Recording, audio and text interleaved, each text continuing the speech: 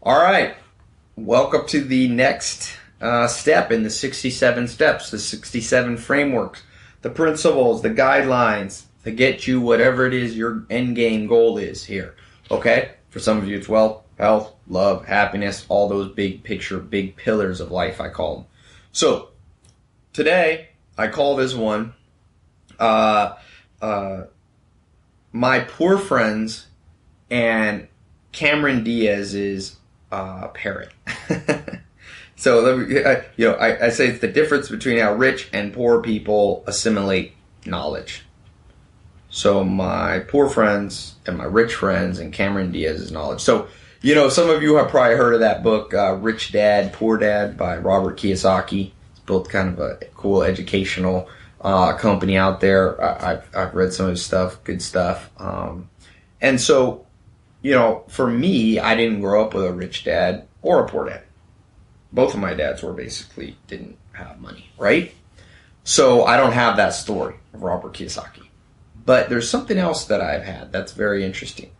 So over the years, as I've been an investor, businessman, expanding my social circle here in Hollywood and around the world, it's been interesting because the luckiest thing that came from me is the fact that I now have friendships with some of the most fascinating people in the world, whether they be Nobel Prize winners, whether they be, Pulitzer Prize winning authors, billionaires, and professional athletes, A-list actors, all this kind of thing. And so, as you've learned already, we've talked about this worth a damn factor, this awareness factor. We've talked about the changeability and the adaptability that it takes just to thrive. And so this concept, we are talking about mentors, of course, too. So this was all born out of that understanding. And I have poor friends, and I now have rich friends. So I didn't grow up rich. Many of my friends, I don't judge my friends. I like old friends. Many of my old friends are, just middle class. Some of them are poor, and I don't get rid of them. I don't think like that in terms. I like loyalty and I like friendships. Money's not everything. But I'll tell you this, there's some people that I've made friends with over the years that I listen to on certain subjects a heck of a lot more. When it comes to business, I got some of my best friends that are not good with money. I don't ask them any business advice. I talk about static interference. You're going to learn about that later. It's like, even though they might be 50% right, how do I filter out the other 50%? That's wrong. So I want to play a hand of poker that's the best possible hand of poker. And that's listening to people who have done whatever it is you want. You want to get a six-pack? You want to make $1 million? You want to be married happily for 30 years? You better ask the right people, and the right people in that case, there's no right or wrong, so to speak, but there's people more likely to get you to a desired outcome. If your outcome is money in your bank account, listen to the right people. So you understand that. So I want to take this to a further level, beyond just mentors. I want you to begin to tune in on the awareness factor. I want you to start to notice patterns for yourself. You're probably on my book of the day, where I read a book a day, World's Greatest Minds, or spend time around the world's greatest minds, and then I kind of accumulate that knowledge and write an email and send it out. For you, I want you to begin to do that. And I want you to do it around this framework of rich friends, poor friends.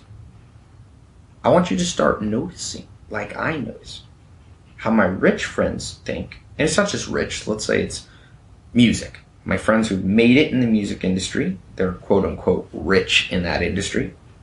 My friends who are poor in that industry. Body, athletic, health. My friends who are extremely healthy physically. And then I got my friends who are overweight. What are the differences? You must begin to tune in to those differences. And you must begin to make inferences yourself that you draw out. I talk about this. I don't know if you can see back there. I have back starting at 16, I began to accumulate boxes of knowledge, information. This goes beyond mentors, because mentors are only going to have so many. But you can have a lot of poor people and a lot of rich people around you at a friendship level, acquaintance level, even at a stranger level. I want you to start noticing all the subtle differences. So let me just give you some examples here, okay? And I'll tell you why I call it Cameron Diaz's parent. One of my neighbors, for a while, some different A-list actors. I won't say the exact name, even though I said Cameron Diaz, Katy Perry, Russell Brand. A lot of these people live around here. I just found out Leonardo DiCaprio lives near me. Paris Hilton was here. Ben Stiller almost ran me over. So, successful people in the sense of Hollywood successful. You might not agree with their success, but if you want to be an actor, they've done pretty well. So,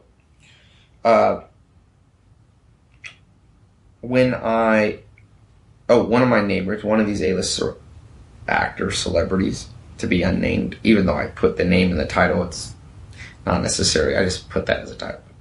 They had a parrot, and this parrot is insane. It drives me insane. Anyone in my house is like, what's that screeching noise? Parrot makes noise all day. You can hear it from far away, from another house into my house. And it's like, it never stops. Okay? And of course it was annoying. We went down there. We're like, can you stop the parrot? They're like, it's a $50,000 parrot. I'm like, I don't care. You can get rid of it. Send it in. It's obviously not happy. Send it back to its home. Well, that didn't work. I still hear the parrot, although it's gotten a little better recently. So, what's the relevance to this step? Well, Joel Salatin came out here the other day. So, he's a rich person, not just rich in financially, because he is rich financially, but he's rich in changing the world, altruistic thing, happiness. Never seen a guy jump out of bed more excited than Joel. He's firing on all cylinders in his life. And he's my first mentor. And he was out here not too long ago here in Hollywood. He came to visit. He was on Joe Rogan's podcast, and then he was up going to Berkeley. If you've read Omnivore's Dilemma with Michael Pollan, he was in that book, and he was speaking, I think, at Berkeley or something. So when Joel was here, it reminded me. Talking to Joel, he is full of a lot of quotes. Like literally, if you have a 5-minute conversation with Joel Salatin, he's going to say 10 quotes. He's going to be like, well, like my dad used to say, make haste slowly. Oh, like my dad used to say, don't try to teach a pig to fly because you can't do it and it bothers the pig. Or like Alan Nation used to say, blank. And he literally reminded me, not in a negative way, but the parrot was there. It's like the parrot. Like Joel is like predictable speech patterns. And of course, as you're going to learn in another one of the 67 steps, speech, like Wittgenstein, the great philosopher, said, speech is a reflection of what's in your brain. So, as the old parable goes, you can judge a tree by its fruit. So a tree that has oranges hanging down, you don't have to cut the tree open and do a DNA test. If it's got oranges coming down, it's an orange, right? I guess technically with grafting, it could be something else, but you get my point, right? So with Joel Salatin, he's one of my rich friends, my mentors, rich in life, rich in physical things, rich in money, rich in all ways. Happily married, just high school sweetheart, son works and daughter there, working around near him, grandkids, respect of the world, everything you'd want Joel has. And I think there's a correlation between the speech patterns that he does, the way that he's quoting. That's because the way he quotes shows humility. He doesn't say, I have all the answers. So he's one of my rich friends, and he's different. And whenever I'm around my poor friends, they're always just talking about their opinions. It was funny, not too long ago, I had these 3 guys come over. One was they were from out of the country. I won't say where they're from, right? I don't want to start a weird war of countries. I know a lot of people are listening from all over the world. But so these guys were in my jacuzzi, and they were not what I would consider people I would really listen to. They would be a bad bet. And they started talking about some politics, and they were actually in my jacuzzi and my pool. It's like 10 people over, and they were smoking cigars, and I was like, I just got out of the pool with my longtime friend, and I was telling him, I was like, can't handle being in there. Because I know They're just spouting off their own opinions about all these complicated things that are hard to know. They were telling about politics and world peace and what the budget and the recession should be. And then I was thinking back, Joel Salatin. When I talk to this guy who's done everything right, in many, not everything, but many things right, it's like he's quoting other people. He doesn't just say, listen to me, Ty. But when I'm with these three guys that have never done anything of substance in life, except just live, right? Just like be another automaton in life. These guys are just full of opinions. And that's when it hit me. Rich friends, poor friends. The patterns emerge. Now, over the years, I've noticed hundreds of patterns. Okay, let me give you another one. Not too long ago, 3 or 4 years ago, in the morning I woke up and this girl that I know, she had just an acquaintance. She was on Facebook. She had posted on her wall, I'm starting this new company. It's going to be a company that helps people get personal assist. I'm gonna be a broker for personal assistants. You need a personal assistant, contact me. Well, earlier that week, I'd been talking to one of my buddies who's one of the pioneers of crowdsourcing. And he told me, he was like, this is a guy, by the way, who made like $100 million before he was 30. Really sharp person. He told me, he said, Ty, don't do businesses where you're in the service business. Try to turn it into a marketplace. So that was in my head, ringing around in my ears. And then this girl, I see her Facebook post, and just innocently, check my microphone here. Just innocently, I posted on her Facebook, hey, you should turn this business, instead of a service business, into a marketplace. And I left and I came back, and it was just, my Facebook had exploded.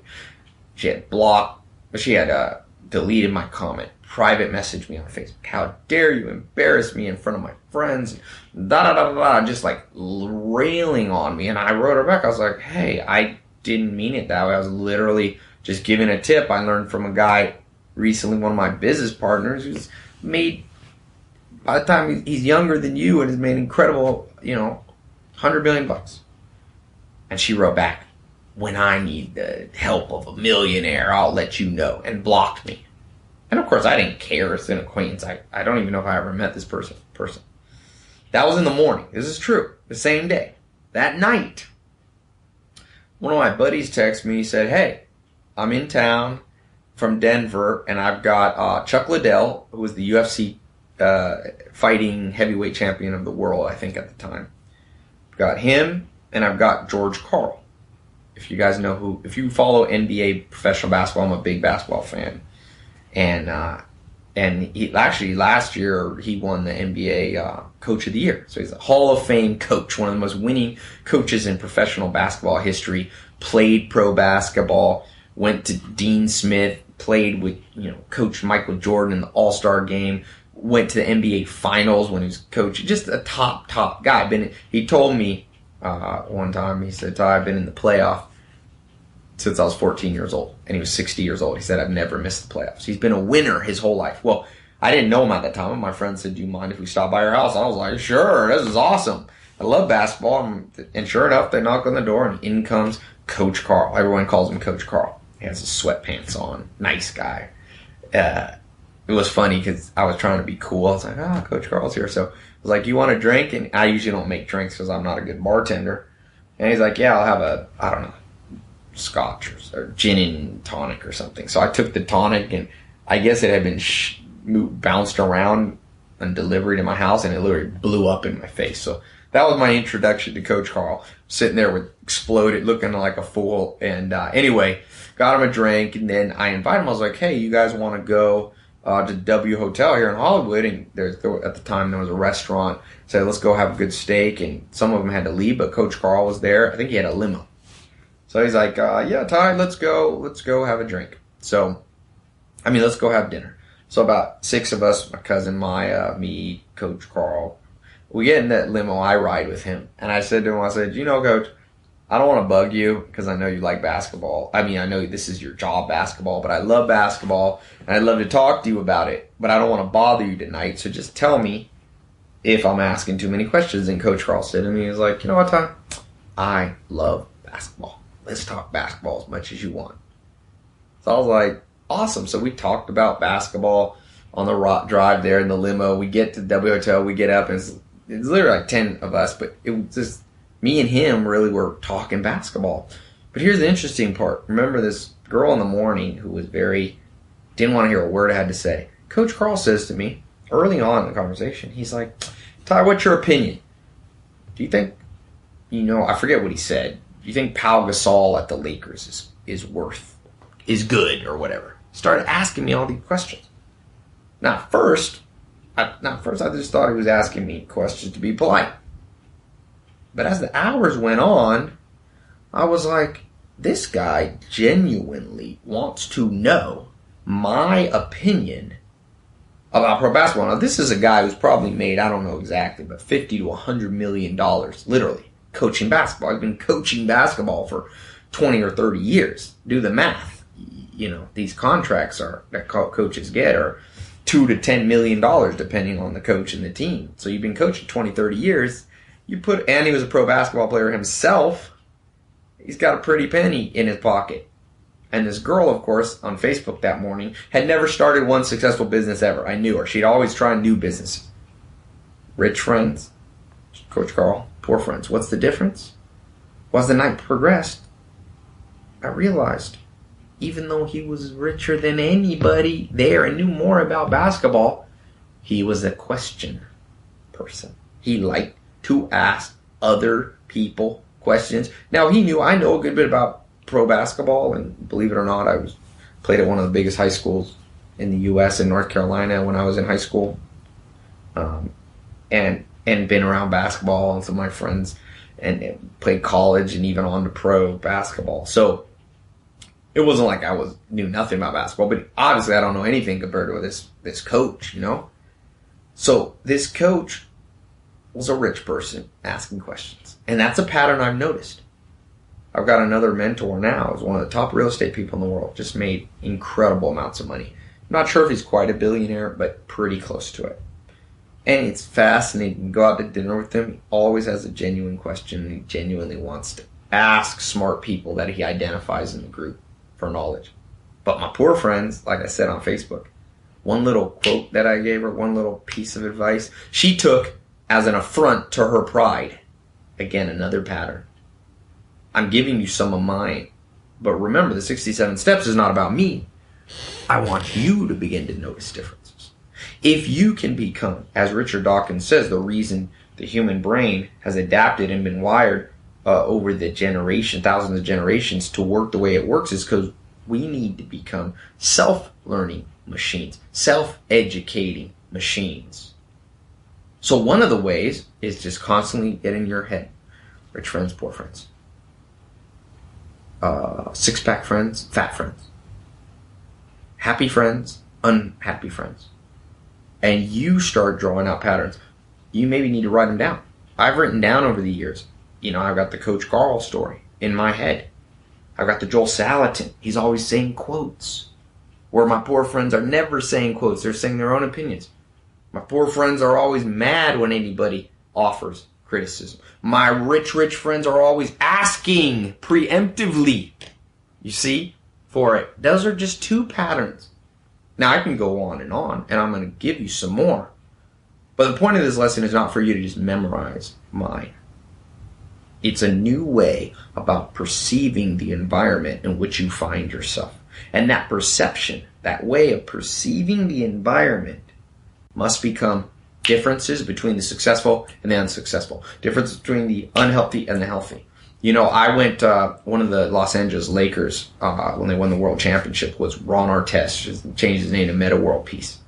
Famous basketball player, crazy guy, and I got invited to his birthday party last year in November. So I'm there at his birthday party. And lots of people there, right? And people were drinking. It was at a place that served food, kind of like a bar, tavern kind of thing.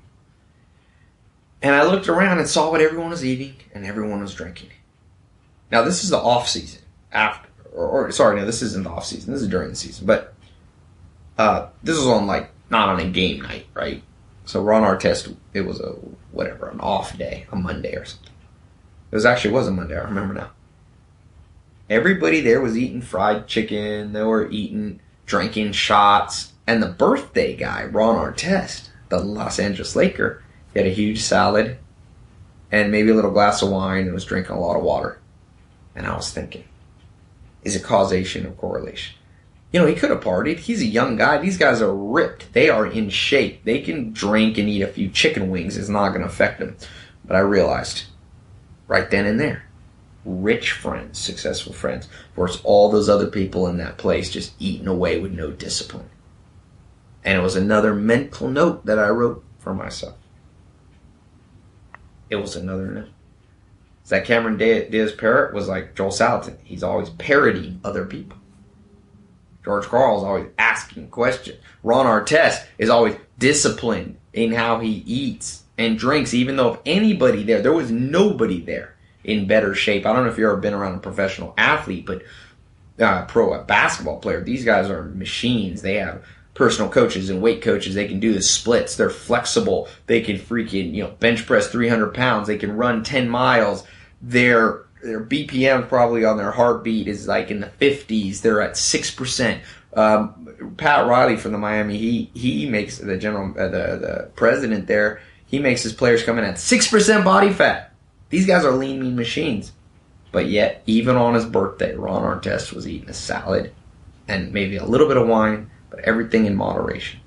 See, that's why he is who he is. You begin to draw those same inferences. You begin to extrapolate out things in front of you. It takes a level of awareness. That's why we talked about the worth the damn factor. Part of it is that awareness. I've learned many things. There was a person that I can't remember. Yeah, it was a girl I know, and she was saying, Ty, I got this business idea, and I need like an investor, like 50 grand. Like, oh, okay, 50 grand. Well, she said, after like a month, I was like, nobody really wanted to do it. And she's like, well, all these millionaires. You've got money, these millionaires. Why don't they just give me 50 grand? Who cares? It's just 50 grand. Now, on the flip side, when I've been out to dinner with billionaires, most of them are fair, but not overly generous. Like, if they come with 2 people, and you come with 2 people, they'll be like, let's split the check. So this poor person that was trying to raise money, their perception was like, oh, rich, just shell out the money. But yet, that's a poor person's perception. Okay? The rich people are not overly either way. They're kind of in between. They're not miserly, the good ones that I know. And they're not just throwing their money like you see, at a club in Vegas, people throwing money. Because they understand, they understand the capital value of money. They understand in marbles, they call it the TAW, T-A-W. You got to keep your TAW. That investment unit, that nugget, is there to spin off other cash. If you eat your own, it's like the old rap thing. It's like drug dealers shouldn't get high off your own supply because you need the supply to sell. Now, obviously, I'm not condoning drug dealing, but you get my point. There's a nut. There's a capital amount. There's a nest. Like if you're a squirrel, you got your nuts. You can't give them out willy-nilly or the next thing you know, it's the death of a business, the death of a dream. So there's another thing that I learned. And I've been accumulating these over literally decades. But I didn't always accumulate them very efficiently.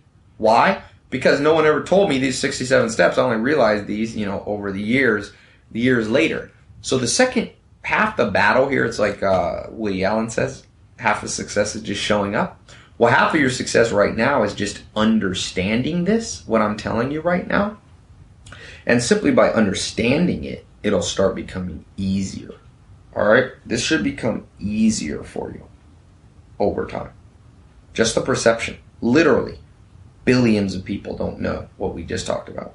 They see all people as equal. And in the sense of intrinsic value, sure, everybody's equal. Okay? No life should be taken for another life. I understand this is not an ethical, conversation that we're having here. What I am saying, though, is the value of one set of opinions and advice for you towards moving you towards a goal, and you betting your life's moment by moment. Remember, every action you take is you betting a moment on your own opinion, on somebody else's opinion, on the media's opinion. Be careful with your bets, because in poker, the guy who makes, or the girl makes the best bets, the most statistically likely to happen, is the one who wins in the long run. You're in this for the long run. So I want you, and maybe you can start to think of some. What are some differences you've seen in the most successful people? And I'm talking get down nitty gritty. I'm talking about how you walk, how you talk, when you decide to be quiet or not quiet. Notice the differences. Which of my friends has an outcome that I want, and how do they react to every scenario? Because when you do this, it's like Abraham Lincoln said. I think he said, I never met somebody, a man or woman, that I didn't learn a lesson from. He said oftentimes it's what not to do. But see, Abraham Lincoln was a learning machine, and look at the impact he had on the world. Changed the nation, eradicated slavery in the United States, or, abolished slavery. So in that sense, if you want to be a person of impact, you can see there. He became a learning machine. He didn't let his ego get in the way. And that's what that one girl did versus Coach Carl, who, if anybody could have been cocky, would have been him. Why would he need to ask me about basketball advice? He literally is in the Hall of Fame for one of the most winning coaches in history. Won thousands of games. Not just 100, 1,000 plus. So in that same way, that's a pattern. Joel Salatin's quotes are patterns. Ron Artest's diet is a pattern. When I was at the Berkshire Hathaway meeting, that was interesting. So I'm there, Bill, it was funny, I walked to the front and I was standing right next to three men, Bill Gates, Warren Buffett, and Charlie Munger. Those three men, between the companies they own, I think Buffett and Munger own a $300 billion company, and whatever, Microsoft's valuation is similar or higher. You're talking people that almost have $1 trillion. Three people standing there. $1 trillion. They certainly qualify as rich friends, right? $1 trillion market cap. And as I listened to them talk, specifically Warren Buffett, I noticed some patterns. Like one of the people in the audience, there was a question and answer, tried to ask a question about the financial math of one of the investments that they had made in their investment company. And this guy was pretty sharp. You could tell he had prepared. He had it all written out. He got in front of 15,000 people on a microphone. He's like, Mr. Buffett, I have this question. And he went, the way you value the company is this. And now remember, Warren Buffett's 84 years old. He's spring chicken. Warren Buffett stopped him and said, you know what? That was good math. Let me stop you. Everything was right until you got into the intrinsic valuation of these stock options and blah, blah, blah. And he said, your math was 84 million minus this. And he literally was just decimated the guy. Not in mean-spirited, but the guy was like, just sat down. He spoke math and he did math computations. And you could see he was sitting there at a little desk. He didn't have a calculator. He just, out of his brain, math, financial math, was second nature to him. Rich friends, they know math. I tell my office, all my rich friends are good in math. I'm not saying math is good or bad. I'm not saying being rich is good or bad. That's a judgment call you make. You have your values. But I am saying this. It seems to be correlated and probably a causational factor that knowing math is something that rich people know. And if you ask your poor friends to do 10 times 72, they're like, something simple. They're lost. So again, I store it in the filing cabinet of my head. Rich friends, poor friends. Going back to your body, I've got a friend, Janelle. I had a big model shoot at my house for Guess, one of the top models in the world. She came and shot with one of the top photographers. And they use my house sometimes. And I met a guy there who was one of the models too. And now he's gone on to be one of the top male models in the world. He's in New York. And Janelle was there and we became friends. Him and his girlfriend and became friends. And he is in amazing shape, right? He gets paid. He got to take his shirt off, be in all these photo shoots. He's literally got just an 8-pack. No extra body fat, just healthy. And so he's rich in health in this sense. Well, went to the movies. And I'm a sucker at movies. I eat pretty healthy. I'm in pretty good shape. But boy, candy gets me. Especially at movies. I have a weakness. But we'd all go to the movies. And it's like, Ty, you want to be in shape, friend? Or out of shape, friend? And I started noticing this guy didn't order any snacks. This guy didn't this. I started going, when we go to restaurants, I'd watch how he'd eat. File it away in the brain. Ty, rich friends, poor friends. Because I'd go with some of my other friends. I remember one time literally was with Janelle. He didn't even have any food. And this other friend was eating this huge hot fudge sundae. You know, if your end game goal is to be ripped and be healthy, that sundae was the poor friend. Guy eating a big ice cream sundae. So again, find a way. You know, people ask me, Ty, why'd you spend 2.5 years with the Amish? Well, I didn't realize it at the time. There's many reasons. I never became Amish. You know, they're Christian and conservative in many ways. But, man, did I learn a lot about social life. Did I learn a lot about how to make friends, influence people. So one of the first Amish communities I lived at was in Virginia. And they had, at the time, about 100 families in a community. It's not a commune. They're capitalistic, but they buy farms relatively close. So they use horses, so you don't want to live too far apart. And I was with this Sam Chup guy. Stayed with him and his family. Had 6 kids and him and his wife. And man, I saw there, you know, I grew up in a family where there's a lot of divorce. And when it comes, if your rich goal is to have happily ever after marriage and kids, boy, Sam Chup was it. I lived there 2.5 years and never once saw him and his wife argue. I saw them, I think, where he didn't like something, but he was very kind and nice on how he conveyed the message. And I hadn't grown up around that, right? Grew up around a lot of fighting, divorce, and not just my parents, but all my parents and grandparents. You know, it was all over the place. So if your end goal is happiness socially there or family, I had been around quote unquote poor people. And again, I began to notice, and I was like, okay. Children, happiest kids I've ever seen were at the Amish. And there's this whole controversy in the modern world. You see everybody's like divided. Modern society, it's like spank kids, don't spank kids. Be strict with kids, let them go on their own. But if you look at the end game result, most people's kids in the modern world are annoying as heck to be around. I don't know if you've ever been at the store. Somebody comes in with their spoiled brat kids that just rampaging the place and completely oblivious to life. But the Amish, first thing, if you ever went to an Amish community, you'd be like, they have the nicest, happiest kids you've ever seen. It's mind-blowing. And you'd think, I was like, do the Amish spank their kids? Do they yell? Well, I notice when the Amish have babies around the table, 1-year-olds, they start training young. They don't hit. But yet occasionally, I think the average Amish kids maybe once or twice in their life has been spanked when they did something really bad. I'm talking about in their life, once or twice. But when they were young, before they remembered it, when a little Amish kid, when they're supposed to be praying, like you pray before you eat dinner, right? The whole family's praying. The little kid, if it reaches out its hand to grab some food, the mom will very gently just like flick the finger. I'm talking so lightly that it's the baby's not in pain, but the baby pulls his hand back, right? Just subtly pulls it back. No anger there. The kid's not even going to remember. It's that subtle training. And over the years, Amish kids behave at a table. 2-year-olds, 3-year-olds, they don't even cry. I mean, when they get hurt, they cry. They're normal.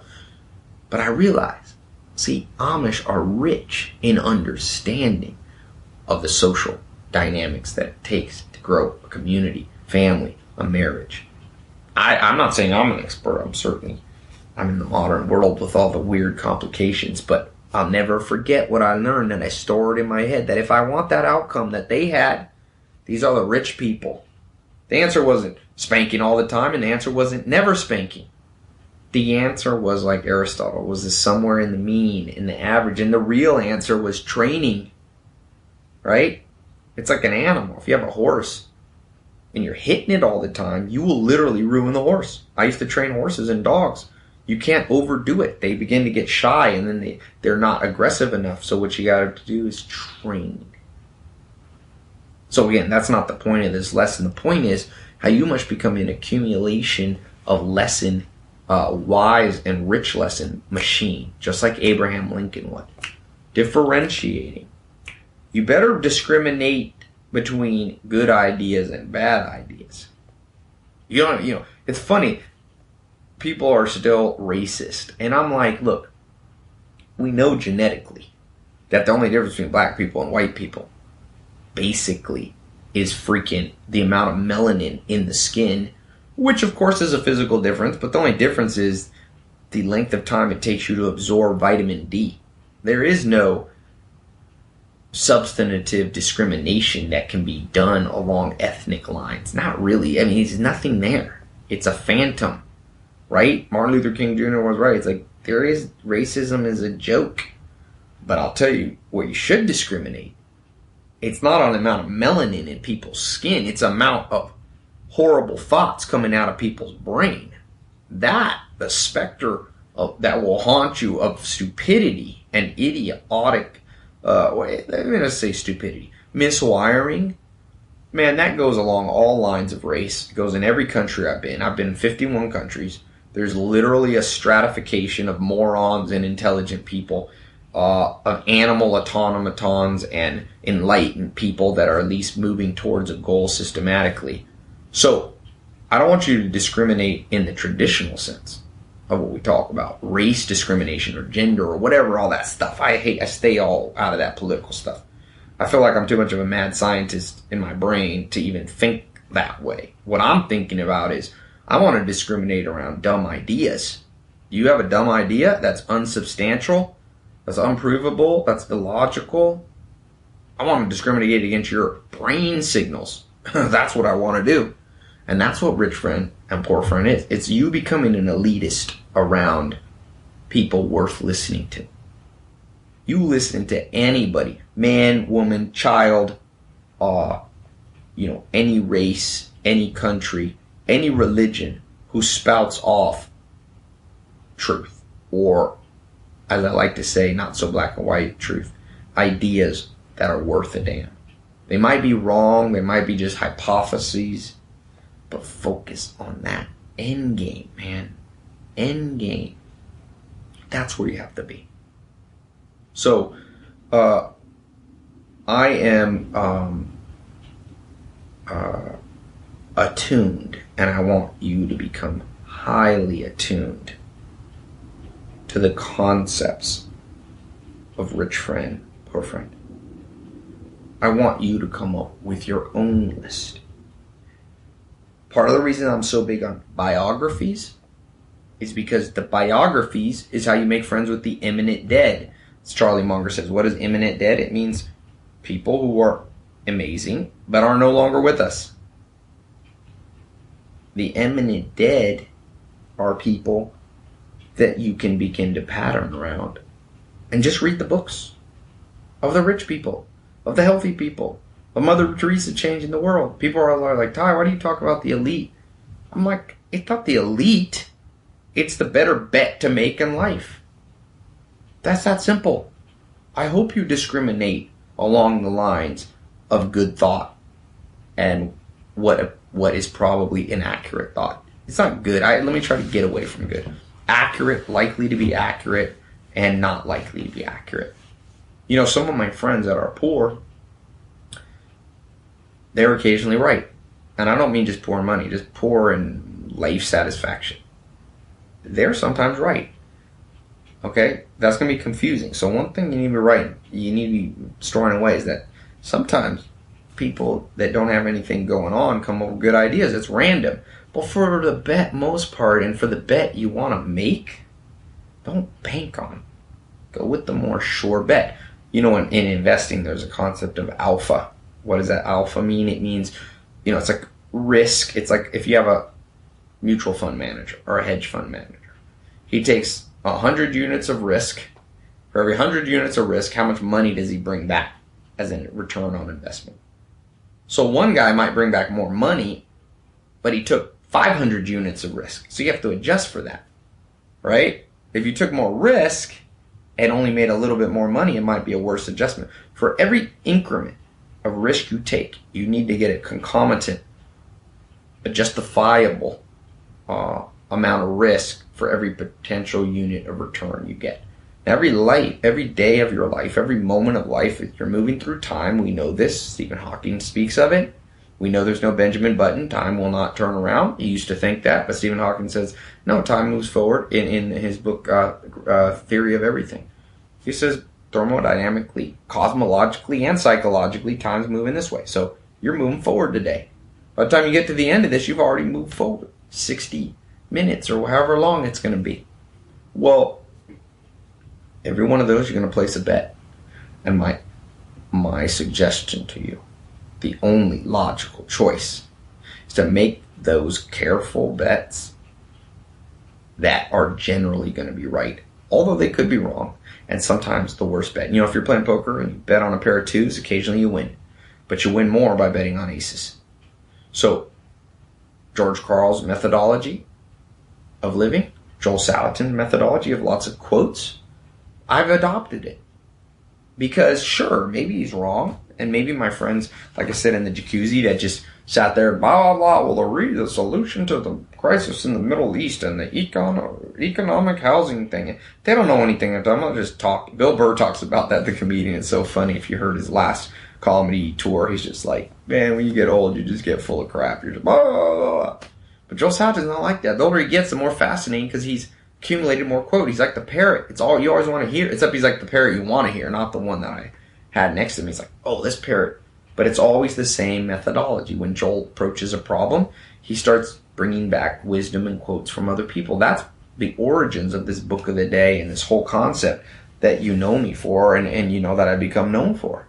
It's not my own. I copied it from Joel. It's like Sam Walton says, Made in America. He's like, everything I did, I copied from somebody else. Alan Nation, one of my mentors, said, Ty, I never had an original idea in my life. I just go to where smart people are. And I accumulate their knowledge. So these are all what you could call memes. So I want you to think of this word, memes. So if you read The Selfish Gene by Richard Dawkins, and some other people, I think Daniel Pink, various biologists and sociologists talk about this concept of memes. And memes are literally like genes, like DNA that you get from your mom and dad when you're born. You get these these genes that come down to you. And in the same way, your head, the thought patterns of your brain are literally passed on through memes. So, you and I have the chance. We don't have this chance biologically, because like what you're born with genetically is outside your control, right? You're going to be 50% of your mom's genes basically and 50% of your dad's. 25% of your grandma. I mean, you get 12.5% of your cousins. That's outside of your control. But the memes, those are the thought genes that are inside your head that work very much like regular genes in that they're passed on. They're just not passed on by blood relations. They're passed on through the media. They're passed on through the books you read, the people you associate with. Control those memes, those mental genes, i.e. memes. Mental genes are memes, ideas. One of my goals in the world, in life, I always say you should have this, you're going to learn about this one sentence plan. My goal is to spread good ideas through mass media. That's what I do, or what I want to do. That's my aspiration for my life. And I'm saying I want to spread good memes, and by good, I don't mean like black and white 500-year-old archaic thinking of, this is intrinsic. I mean good in the sense that they move civilization forward towards thing that most people in civilization feel is the right path. Right? There's a consensus, I think, about the things that are going to be good for society. And I want to spread ideas about those things. Right? It's not good, bad in that moralistic sense. It's good, bad in an outcome sense. I want this outcome. I want civilization here. So I want to spread ideas that are mental genes that get into people's heads. Just like, when your mom and dad, when they slept together and had you, it's a mixing of your mom's genes and your dad's genes. In the same way, I want my ideas mixing into the milieu of the world's thoughts, especially media, because I feel that the media, modern media here in Hollywood is guilty of spreading some ineffective mental genes. So for you, you're going to become, after understanding this concept, you're going to start becoming an observant person that assimilates and accumulates and takes the mental genes, the memes from the right people, right? That's your new framework. Look for the patterns. We're going to talk about this later, the Sherlock Holmes concept of making, if you don't know, Sherlock Holmes, the detective, it's a great book. I think I have it on my recommended book list. If you have never read the short stories of Sherlock Holmes, there's a couple series. It's some of the best fiction reading ever. And when you read it, one of the things, somebody walks in, Sherlock Holmes looks, someone's like, oh, I see that you had a fight with your wife today and you like bagels. And the guy's like, how do you know? He's like, well, you have a spot here and your wedding ring is off turned to the corner, so I know you're married because you have a wedding ring, yet it's turned to the corner. Maybe you hastily ran. Anyway, he's able to deduce all these things. That's what I want you to do when it comes to meeting people. I want you to break them down. I mean, I'm not talking about it in a weird way. You don't even have to tell them. It's not like you have to ask them a million questions. Be an observant machine. Listening. I was reading, I think it was in J.W. Marriott Jr. Him and his father built the Marriott hotel chain, $12 billion company, and he says, you gotta listen. And I think more than listening to words is observing. People, when you ask them something, oftentimes, this give you skewed answers. So better than listening to words, it's observing. Like I observed what Ron Artest never told me his diet, the Los Angeles Lakers. I watched. So become more aware. That's why this goes back to that worth a damn factor. People who are worth a damn are literally aware of obvious things that other people have ignored. That must become you. Okay? And then in your journal, the 67 Steps journal, I want you to every day, maybe you don't get one. I don't get them every day, but every week I come up with some framework. I'm like, you can add to the 67 steps. Now, there's one thing we haven't talked about that's important. So you're going to write these down, begin to accumulate them over time, systematically. Remember, these you can pass on to your children, on to friends, you can teach other people. Now, beyond this, there is the question of that I get a lot. People are like, I don't have any rich friends. I don't have any successful people. Well, remember, as Munger says, competence is relative. Okay, so in a certain sense, you can always find somebody successful because there's somebody richer in mind, in spirit, in body, in relationships, in fulfillment, in money than other people you know. So there's already a stratification of your friends that's already happened that you don't have to force. And yes, the more you become an interesting person, and we're going to talk a lot about this in 67 Steps, the more you'll have this ability to reach people at higher levels. Just start where you are. I guarantee you in your own family, uncles, cousins, close friends, acquaintances, you'll have people who are in better shape than others. Begin to notice the subtle differences. Maybe one person always avoids, burgers. Or maybe when they eat their hamburgers, I learned this from a friend, when they eat their hamburgers, they take the bun off. They just eat the burger. That's the best part anyway, right? So look for that little pattern even among people you already know. There's always somebody healthier than other friends. Hopefully you have one friend that's healthy. When it comes to money, like in my family, one of my uncles was done really well with money. A relative. He had not made $1 billion. He wasn't even a millionaire. But when I was first starting out, he knew the most. And he got me started and helped me by giving me some advice. If you've heard my TED Talk, I talk about that uncle, my Uncle Bill. Right? He was savvy in the relative competence of those people I knew. He was very competent. And when it comes to, love, it's the same thing. When it comes to social circles, obviously there's always people that are better. Don't get caught up on that now. Remember we talked about base hits.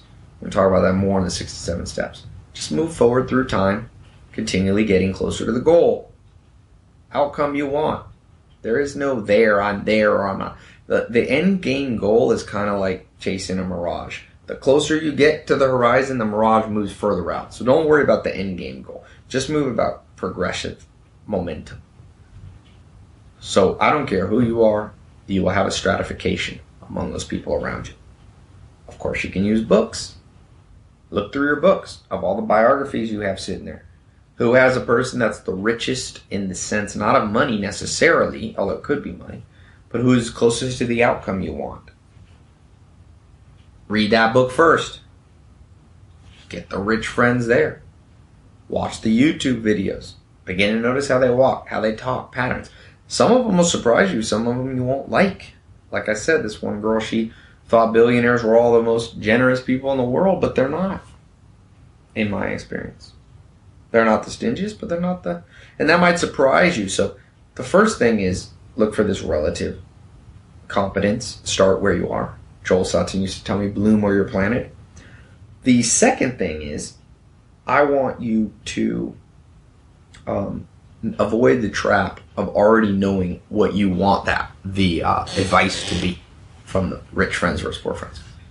You know, I was reading this at Jeff Bezos. I don't know where the book is right now, but I'll see if I can pull it up, this quote. And it was saying the thing that really struck them about Jeff Bezos is how much of a truth seeker he was. That he always sought out the truth. I'm going to find it hopefully here. So for you, my phone died. Great. I make these iPhones. They always need to be charged continually. But he said the two things that I learned about Jeff Bezos, the number one was that he sought out truth no matter what the outcome would be. Like when he launched the Kindle, the ebook reader, he knew he was killing his other main business that had made him, was making billions in revenue, physical books. But he was a truth seeker. He said, if the truth is humans are going to want to move to books, electronic books, then I'm not afraid of the truth, and I want you to be the same. Some of these rich friend, poor friend lessons you're going to learn, they're not going to be what you want, but embrace the truth. They said about Jeff Bezos, the second thing that was so interesting, they said he was willing to buck conventions, the rules. They said the only thing he believed was set in stone was physics. Anything besides physics was up for grabs. So as you go out there, you're going to get shocked a little bit. It's not what you think. It's not what people put on their Facebook wall, the inspirational quotes. It's not that stuff that gets you the success you want. There's other things. There's a little bit of a dark side you might find. Oh my God, to get rich, people are pretty aggressive. Oh, I don't know if I like that. Well, that's fine. Embrace the truth. But maybe you adjust your course if you can't handle that. Maybe you just say, well, I'm not going to become a billionaire. I'm not going to become a millionaire. I'm just going to become financially independent. That's okay. There's no rule. Don't ever let someone fool you. There's just outcomes. So, but don't try to hide the rule and say, no, it doesn't take a method. It doesn't take any aggression to make money. No, it probably does. You might not like that truth. It might not match up with some of your old worldviews, but be like Jeff, be the truth seeker. Truth seeker. I'm not religious, but I quote from many different Dalai Lama and Buddha and Jesus Christ, Muhammad. I don't care who it is. Jesus Christ said, I didn't come to bring peace. I came to bring a sword. I came to divide mothers from their children and fathers from their children and husbands from their wives. And he said, if you're not willing to do that, you're not worthy of me. And in that story, he represented the truth. So as you go for the truth, it might divide you. The same thing with I'm not a inspirational speaker. You see me, I'm surrounded by books. Some of these books you won't agree with, some of them you will. I don't care. That's not the path that I'm on. I'm not a moralistic person. I don't believe I'm here to bring conventional morals or this or that or to teach this religion or that. That's not my thing. I am just going after what seems to be true as best as I can. Best I can. I make many mistakes on it. But if it divides old beliefs, if it's a sword that cuts my old beliefs off that I was so excited and I was so sure were true, so be it. Let the chips fall where they may fall.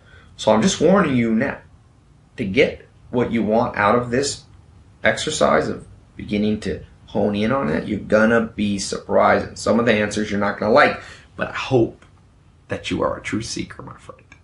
I hope that you care about the truth more than those things that make you feel good. More than those, of the 25 cognitive biases, one of the biggest is the certainty bias. We want to be certain of stuff. Think of all the things in the world and all the problems in life because people want to be certain. So those are kind of my 2 caveats. All right. So now I want you to do a very important step. I want you to write down right now on this page, first as a comment, because I like the social aspect, and then you're going to have your private journal too. Remember, there's always 2 things. The comment here that you do publicly, that also marks this lesson off so you can go to the next step. And then you can print off, we have a little worksheet here. You can print it off, put it in a 3-ring binder, and write it with a pen and paper. What is the thing, one example of a profound lesson you've learned with rich friends versus poor friends, a rich relative versus poor relative, a in-shape person versus an overweight acquaintance, a happily married versus an unhappily married, a fulfilled person versus an unfulfilled, a person who's great with romance and not great, a person who make $1 million and can never pay their bills. Write down one practical one. I told you some of mine. I have many, more than we can put in this step. But what is yours? What is that one step that is yours? Okay? So leave that. I will check it. If you have any questions, you can direct message me. Remember, stay reliable. Don't fall off on this course. Keep going to the next one. 67 steps. I didn't make it 6. I wanted it to be a challenge because I want to rewire your brain. Sloth and unreliability will put you out of business in life. Be reliable. Go through this one and show up tomorrow for the next one, okay? I'm excited. You're getting closer to the goal. The rewiring is happening. You don't realize it's not because of me. It's University of College London. This is how the brain, the neurobiology of our brain works, right? All right, so great. Thanks so much. Talk to you soon.